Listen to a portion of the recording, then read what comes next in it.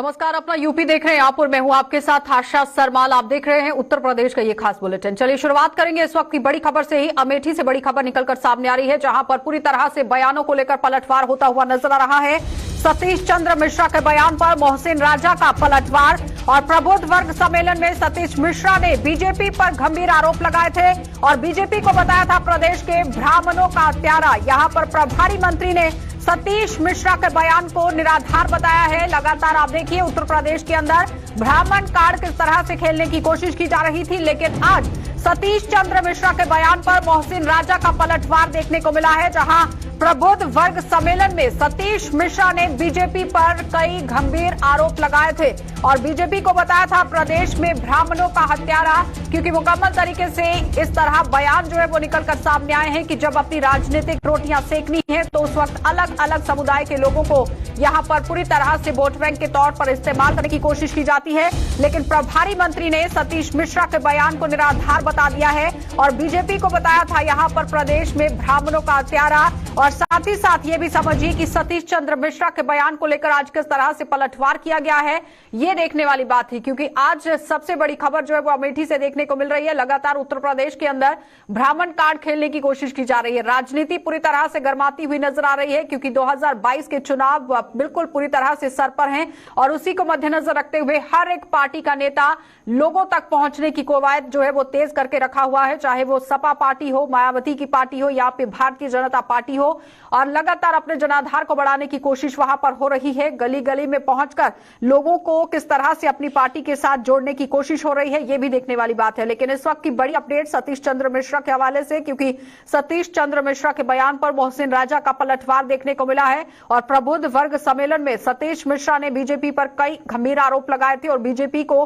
प्रदेश में ब्राह्मणों का हत्यारा करार दिया गया था और प्रभारी मंत्री ने सतीश मिश्रा के बयान को भी निराधार बताया है। सबसे पहले आपको दिखा देते हैं कि सतीश चंद्र मिश्रा यहां पर जो कि बीएसपी के नेता हैं, उनका क्या कुछ कहना था, देखिए जरा।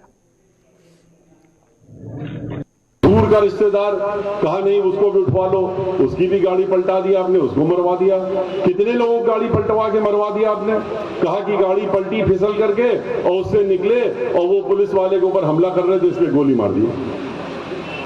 अगर इस तरीके से आप करेंगे तो कितने किस्से आप सुनेंगे। रायबरेली में 5-5 ब्राह्मणों को जला के मार दिया, उनकी झोपड़ी भी डाल दी। लखनऊ में रोक करके, एप्पल कंपनी में नौकरी करते थे, इंजीनियर आदमी था और वो तिवारी थे, पर कितना था, रोका, पूछा नाम ब्राह्मण, गोली मार दी। क्योंकि उन दिनों आदेश था कि रोको, नाम पूछो, अगर ब्राह्मण है गोली मार दो। देखिए, मुझे बड़ी अफसोस के साथ कहना पड़ रहा है कि अगर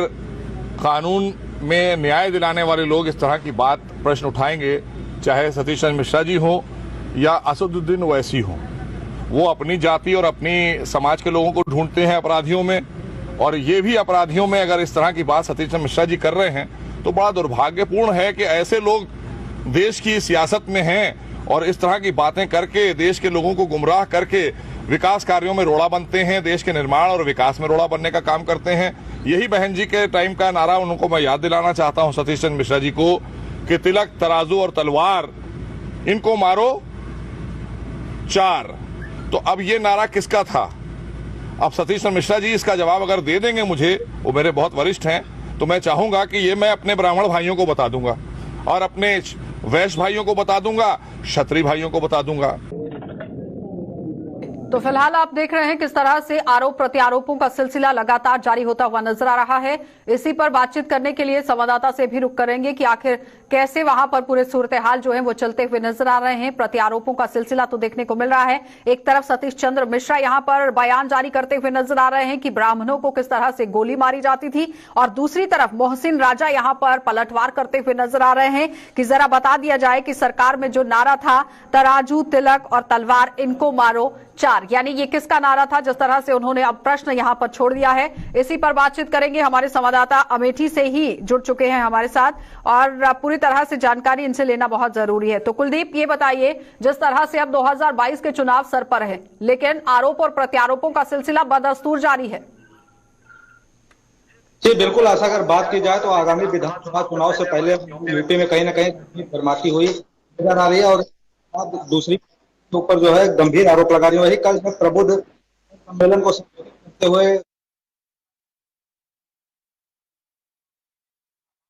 और सतीश चंद्र मिश्रा ने साफ कहा था कि चाहे रायबरेली हो, लखनऊ हो, प्रतापगढ़, झांसी हो, बुंदेलखंड हो, ऐसे कई जनपदों की घटनाओं को याद कराते हुए उन्होंने ब्राह्मणों से अपील की थी कि बीजेपी लगातार ब्राह्मणों का विरोध कर रही है और कहीं न कहीं ब्राह्मणों को ही शिकार बनाया जा रहा है। और यहाँ तक आरोप लगाया था कि जो प्रशासन है अभी यूपी सरकार का, वो कहीं न कहीं गाड़ी रुकवाता है और नाम पूछता है और उसमें जब गाड़ी पे बैठा हुआ व्यक्ति ब्राह्मण निकलता है तो कहीं ना कहीं उसकी गोली मारकर हत्या की जाती है। वहीं इसके बाद सियासी रूप से ये बयान काफी चर्चा में आ गया था और वहीं पर दिमाग प्रभारी मंत्री मोहित रजा अमेठी पहुंचे थे तो उन्होंने इन बयानों को जो है बेबुनियाद बताते हुए बसपा शासन काल में एक जो नारा चला था, तिलक तराजू और तलवार इनको मारो चार, इसको याद कराते हुए कहीं ना कहीं ब्राह्मण और अन्य जातियों को याद कराया और बताया है कि बसपा कहीं ना कहीं इन जातियों की हितैषी नहीं है, लेकिन अब वोट का समय आया है तो कहीं ना कहीं ये बेतुके बयान दे रहे हैं, अनर्गल बयान दे रहे हैं और मोदी योगी के कामों को ये लोग पसंद नहीं कर रहे हैं। ऐसे में कहीं ना कहीं विपक्ष केवल अनर्गल बातें, यानी ये कहा जा सकता है कि जिस तरह से मायावती की तरफ से ब्राह्मण कार्ड खेलने की कोशिश की जा रही है,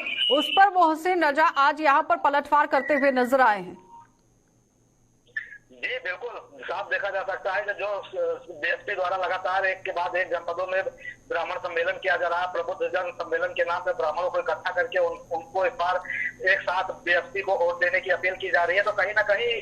इसका सियासी हलचल भी देखने को मिल रहा है। और जो सत्ताधारी पार्टी है वो कभी भी नहीं चाहेगी कि जो यूपी की सभी जातियां हैं वो जाति में बटे। वो कहीं ना कहीं अगर समीकरण देखा जाए तो ये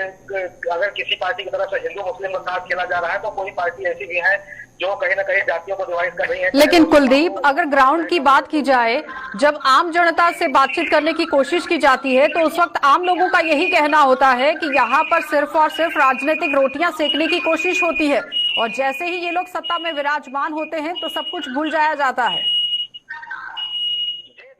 जनमानस की यहाँ पे ऐसा बात नहीं हो रही है, यहाँ पे केवल जो है राजनीतिक रोटियां सेकी जा रही है, चाहे पार्टी कोई हो, चाहे सत्ताधारी हो या विपक्ष हो। ये सब लोग विकास के मुद्दे पे अब कोई भी बात करने को तैयार नहीं है और लगातार देखा जा रहा है कि यहाँ पे जातीय समीकरण खेला जा रहा है, हिंदू मुस्लिम जातीय समीकरण खेला जा रहा है और कहीं ना कहीं एक चुनाव से पहले एक सांप्रदायिक माहौल तैयार किया जा रहा है, जिससे कहीं ना कहीं विपक्ष को भी और सत्ता पक्ष को दोनों को भी अपने अपने उसमें लाभ